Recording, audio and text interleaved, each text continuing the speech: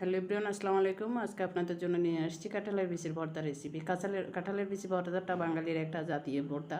এই ভর্তাটাকে এই কাঁঠালের দিনে খাই না এমন কেউ নেই। তো কাঁঠালের বিচি ভর্তাটা করার জন্য প্রথমে কিছু কাঁঠালের বিচি আমি টেলে নিয়েছি। টেলে নিয়ে পরিষ্কার করে উপরের স্কিনটা ছাড়িয়ে ভিজিয়ে রেখেছি কিছুক্ষণ পানিতে।